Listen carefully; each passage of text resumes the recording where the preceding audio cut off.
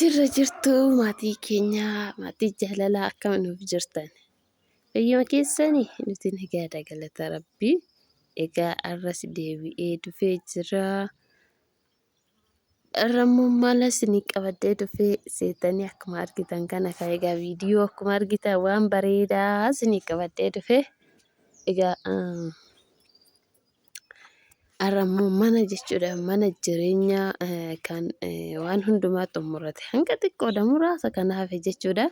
Kasinii qabadhee dhufee baay'ee tokko kan bareedu iddoon isaa ta'ee alli isaa ta'ee bakka keessi isaa hedduu bareeda jechuudha. Dhugaa dubbachuudhaaf egaa kan argamu Asallaa ganda tokko keessatti argama.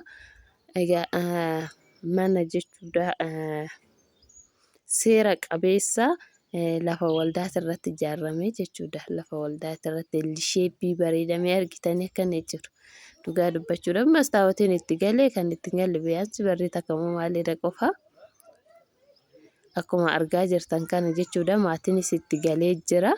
Innaa itti galamee kan maatiin keessa jira jechuudha. Bargiti viidiyoo mana kana armaan dura yeroo tokko gasiniiseen ture abbaan manaa nan gurguraa jedhee booda yaada isaa jijjiire hojiin gara biraa galeet gazaa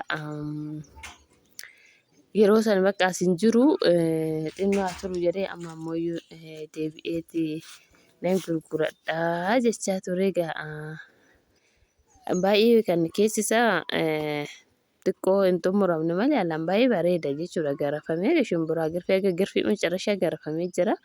Keessa isaati xinnooyi keessa isaatiillee immoo abbaan itti galee hin tolfataa jechuudha. Waagaan isaatiillee baay'ee bayeessa. Egaa inuu akkuma argitan ampuuliin hin jira.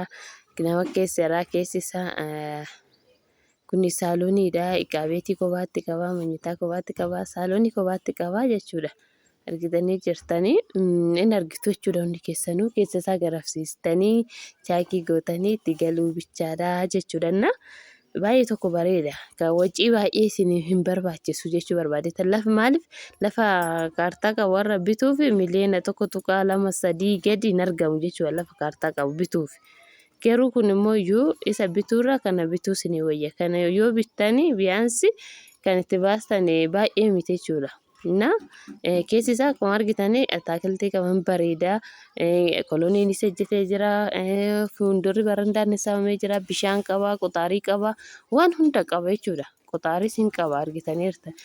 Ataakiltii bootas argitanii gibbii isaa bal'aadha jechuudha. Kaaree balamaa fi minaaminarra jira jechuudha. Argitanii alaan akkatti bareedu. Bakka ataakiltii kanatti deebistanii mana biraa ijaaruu ni dandeessu jechuudha.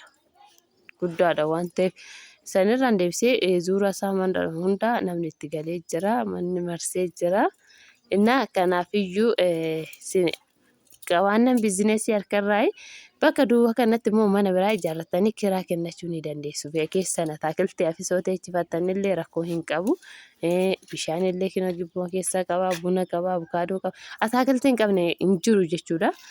Akkana isin jechuu hin danda'u. Abbaan bitattan abbaan milkooftan itti galtanii keessa utaaluu bichaadha jechuudha. Gaaf tokkotti na yaamtan anallee ingirii akkasii isiniin jedhame warroonni bitachuu barbaadan baay'een keessa mana seera qabeessa jettanii afaan bichaa osoo hin ta'in gochaanis agarsiisuu qabdanii.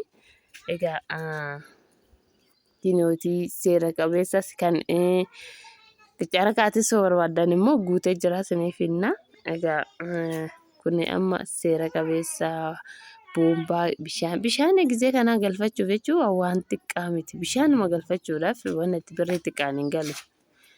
Kanaaf naannoon isaa mana ana jedhetu ijaaramaa jira. Maaliif waldaa waan ta'eef warra waldaa moo mana beekamoo ijaaranii isiniin jira. Akkasii laftis naannoo kana warri bitachuu barbaadan lafa kaartaa qabu hin jira. Egaa akkuma isiniin jedhama lafti deemee jira. Waagaan isaa lafti kaartaa qabu baay'ee tokko deemee jira isiniin jira. Argitanii mana naannoo isaa jiru bareeda jira. Manni biraattis as keessa kan gurguramu ni jira.